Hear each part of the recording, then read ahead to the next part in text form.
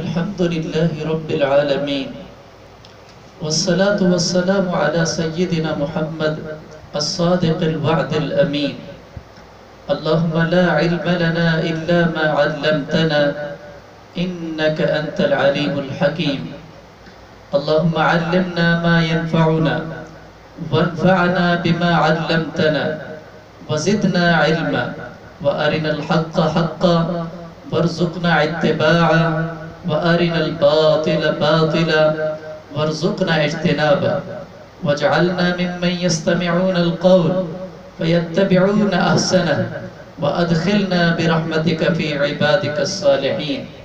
أما بعد فأعوذ بالله من الشيطان الرجيم. بسم الله الرحمن الرحيم. والسماء والطارق وما أدراك ما الطارق النجم الثاقب إن كل نفس لما عليها حافظ. صدق اللہ العظیم. تمام مرد و خواتین سے درخواست ہے کہ درود شریف پڑھ لیں. اللہم صلی علی محمد وعلی آل محمد کما صلیت علی ابراہیم وعلی آل ابراہیم انک حمید مجید. اللہم بارک علی محمد وعلی آل محمد کما بارکت علی ابراہیم وعلی آل ابراہیم انک حمید مجید. رب اشرح لی صدری ویسر لی امری واحلل عقدۃ من لسانی یفقهوا قولی. رب زدنی علما رب زدنی علما رب زدنی علما. اللہ تعالیٰ کی توفیق سے آج ہم سورۃ الطارق پڑھ رہے ہیں. اللہ سے دعا ہے کہ اللہ تعالیٰ ہمیں قرآن کریم کو صحیح سمجھنے اور اس پر عمل کرنے کی توفیق عطا فرمائے. یہ سورت مکی ہے اور اس میں 17 آیتیں ہیں.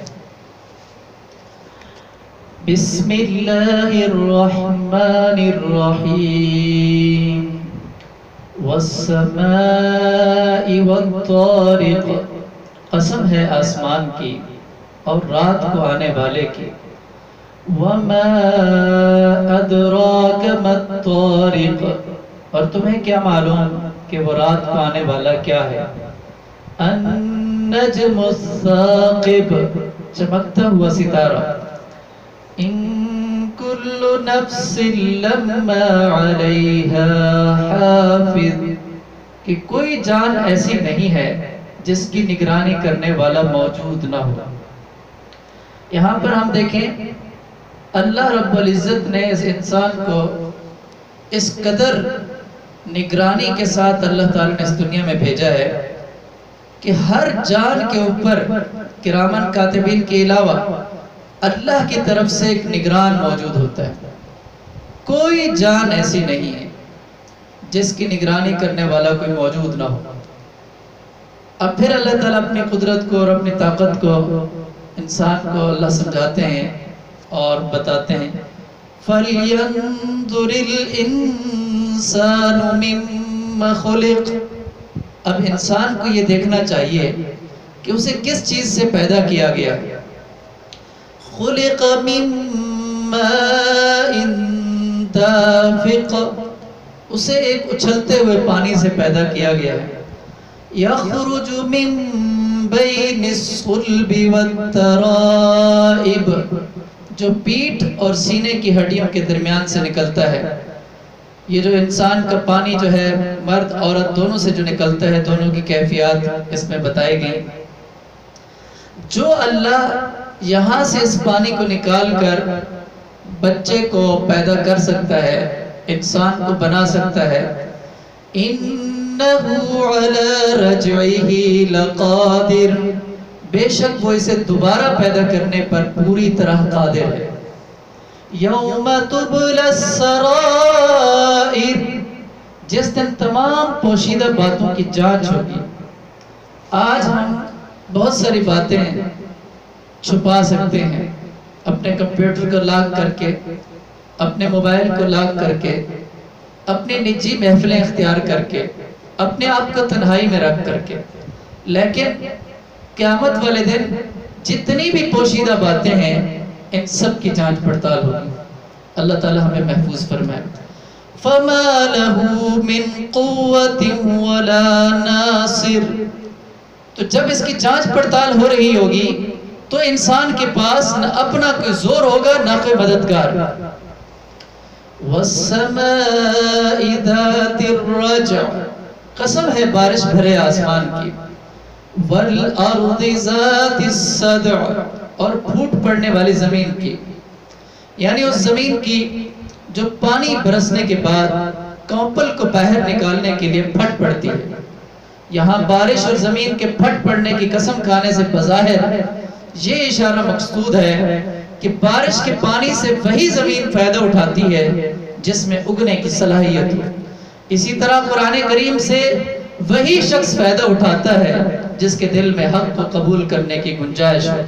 اللہ تعالی ہمارے سینوں کو، ہمارے دلوں کو ایسا بنائے کہ قرآن کریم سے ہم استفادہ کر سکیں. آگے دیکھیں قرآن کریم کے بارے میں اللہ کیا ارشاد فرماتے ہیں.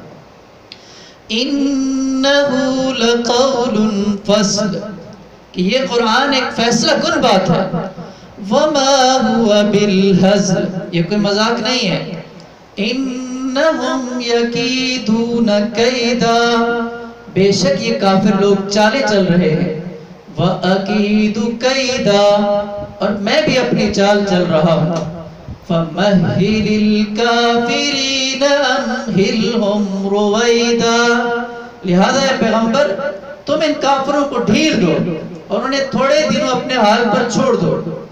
یعنی ابھی ان کافروں کو سزا دینے کا وقت نہیں آیا، اس لیے ان کو فی الحال اپنی حالت پر چھوڑ دو.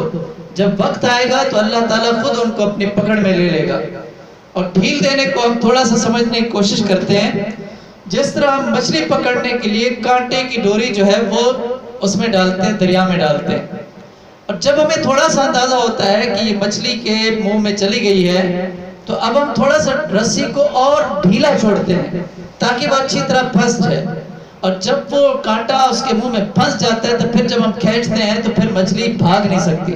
بالکل اسی طرح جب انسان کو غلطی کرتا ہے، کوئی گناہ کرتا ہے تو اس کو ایک ڈھیل ملتی ہے، اس کو ایک فوراً اس پر پکڑ نہیں آتی تاکہ وہ اور غلطی کے اندر پڑے، اور پھر جب اللہ کی پکڑ آتی ہے بڑی سخت آتی ہے. اللہ تعالیٰ ہمیں اس وقت سے بچائے اور اللہ تعالیٰ ہمیں قرآن کریم کی قدر کرنے کی توفیق عطا فرمائے اور قرآن کریم کو اپنا فیصل ماننے کی توفیق عطا فرمائے اور قرآن کریم کو سمجھ کر اس پر اپنی زندگی کو استوار کرنے کی توفیق عطا فرمائے. وَأَقُولُ قَوْلِي هَذَا أَسْتَغْفِرُ اللَّهَ لِي وَلَكُمْ وَلِسَائِرِ الْمُسْلِمِينَ سورۃ الاعلیٰ پڑھنے جا رہے ہیں. اللہ تعالیٰ سے دعا ہے کہ اللہ تعالیٰ ہمیں قرآن کریم کو صحیح سمجھنے اور اس پر عمل کرنے کی توفیق عطا فرمائے. یہ سورت مکی ہے، 19 آیتوں پر مشتمل ہے اور اس میں رسول اللہ صلی اللہ علیہ وسلم کے لیے تسلی ہے. ارشاد باری تعالیٰ ہے سبح اسم ربک الاعلی اپنے پروردگار کے نام کی تسبیح کرو جس کی شان سب سے اونچی ہے. الذی خلق فسوى جس نے سب کچھ پیدا کیا اور ٹھیک ٹھیک بنایا. اس سورت کے بارے میں صحابہ کا جو معمول ہے وہ یہ ہے کہ جب یہ سورت شروع کرتے ہیں نماز کے علاوہ تو سبحان ربی الاعلیٰ پڑھتے ہیں، اور رسول اللہ صلی اللہ علیہ وسلم نے فرمایا تھا کہ اس کو اپنی سجدے میں اس کو کر لیں، تو سجدے کی تسبیح یہاں سے. والذی قدر فہدی اور جس نے ہر چیز کو ایک خاص انداز دیا پھر راستہ بتایا. اللہ رب العزت نے عدم سے وجود دیا، پھر ٹھیک ٹھیک بنایا، اور پھر ہر چیز کے خاص اندازے سے بنایا اور پھر اس کا راستہ بنایا. طبی طور پر ہر انسان جو ہے وہ بغیر کسی کالج میں گئے ہوئے، بغیر کسی تعلیمی ادارے میں گئے ہوئے، اس کو اپنے کھانے پینے اور اس کی جو ضروریات زندگی ہے اس کے لیے وہ طبی طور پر جو ہے اس کے راستے اس کو سمجھ میں آ جاتے ہیں اور اس کی طرف آگے بڑھ جاتا ہے. ابتدائی سائنس جو ہے زندگی کی وہ اللہ رب العزت نے اس کو سکھا دیا. والذی اخرج المرعى اور جس نے سبز چارہ زمین سے نکالا. فجعلہ غثاء احوا اور پھر اسے کالے رنگ کا کوڑا بنا دیا. یہ اللہ رب العزت نے اس دنیا کی طرف اشارہ فرمایا کہ دنیا میں ہر چیز اللہ تعالیٰ نے ایسی بنائی ہے کہ کچھ عرصے اپنی بہار دکھانے کے بعد وہ بد شکل اور پھر فنا ہو جاتی ہے. تو لہٰذا اگر دنیا میں کسی کے پاس مال و دولت کا عروج ہے اس وقت، یا دنیا میں کسی کے پاس حسن کا عروج ہے، یا دنیا میں کسی کے پاس صحت کا عروج ہے، یا کسی بھی چیز کا عروج ہے، تو وہ یہ دھوکہ نہ کھائے کہ یہ چیز ہمیشہ رہے گی اور اس کے اندر اترائے نہیں، اور اپنے معاملات اور اپنے آس پاس والے لوگوں سے اپنے معاملات کو خراب نہ کرے. اس کو اس بات کو یقین رکھنا چاہیے کہ یہ عارضی چیز ہے اور یہ ختم ہو جانے والی ہے. سَنُقْرِئُكَ فَلَا تَنْسَى، ہم تمہیں پڑھائیں گے پھر تم بھولو گے نہیں. یہاں اللہ رب العزت رسول اللہ صلی اللہ علیہ وسلم کو تسلی دے رہے ہیں کہ جو چیز اللہ تعالیٰ ان کو پڑھا رہے ہیں وہ ان کو بھولیں گے نہیں. إِلَّا مَا شَاءَ اللَّهُ، سوائے اس کے جسے اللہ چاہے.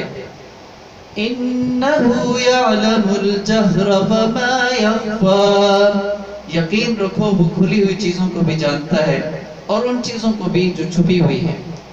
وَنُيَسِّرُكَ لِلْيُسْرَى، اور ہم تمہیں آسان شریعت پر چلنے کے لیے سہولت دیں گے. اللہ تعالیٰ نے حضرت صلی اللہ علیہ وسلم پر جو شریعت عطا فرمائی ہے، جو شریعت عطا فرمائی وہ بذات خود آسان ہے. پھر مزید تسلی دی گئی کہ ہم اس پر چلنے کو بھی آپ کے لیے آسان کر دیں گے. فَذَكِّرْ إِن نَّفَعَتِ الذِّكْرَى، لہٰذا تم نصیحت کیے جاؤ اگر نصیحت کا فائدہ ہو. نصیحت ایک فائدہ مند چیز ہے. اب یہاں پر جو ہے دو چیزیں ہمارے سامنے ہیں. ایک تو یہ ہے کہ جب ہم کسی کو کہتے ہیں کہ اے انسان تم یہ کام کرتے چلے جاؤ اگر تم انسان ہو، تو مطلب یہ ہے کہ انسان ہونا اس کا یقینی ہے. اسی طرح نصیحت کا فائدہ مند ہونا یقینی ہے. ہمیں نصیحت سے کسی وقت اکتانا نہیں چاہیے. لیکن ایک بات جو ہے یہ حکمت عملی کی طرف اشارہ ہے کہ بعض دفعہ ہر وقت کی نصیحت بھی بعض دفعہ وہ چیزیں سمجھ سے باہر ہو جاتی ہیں. تو اس لیے موقع ماحول کو دیکھ کر اور جہاں پر ایسے ماحول میں اپنا واعظ کرنا چاہیے، نصیحت کرنی چاہیے جہاں وہ فائدہ دے. البتہ یہ جو نصیحت ہے قرآن کریم کی، سَيَذَّكَّرُ مَن يَخْشَىٰ، جس کے دل میں اللہ کا خوف ہوگا وہ نصیحت مانے گا.